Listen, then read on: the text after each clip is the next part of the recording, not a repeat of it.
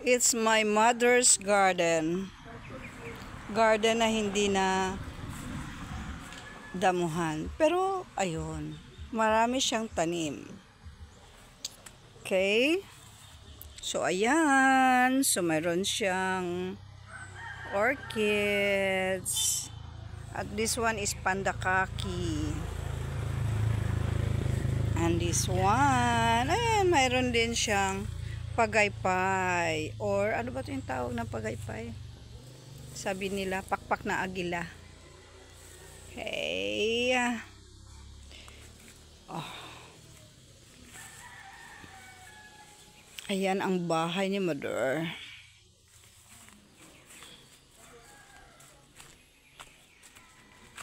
Maraming puno dito. Ayan oh. Marang.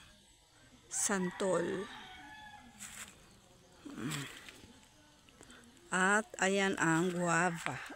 Guyava no. Guyava no. Nay, mamunga na imong kuanay. Laban na. Nay. Oh, yes. May fruits na ang kay nanay na guyava no.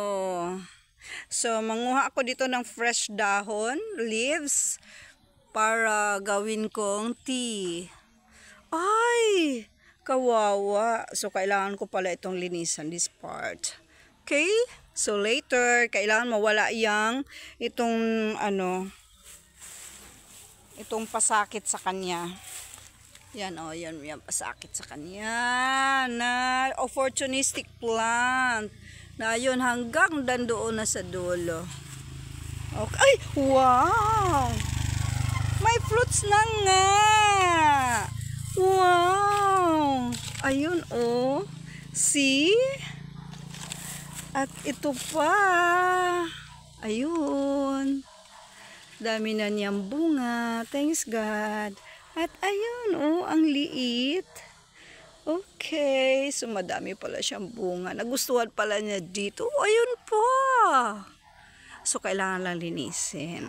Ayun. So, that's all. Thanks for watching.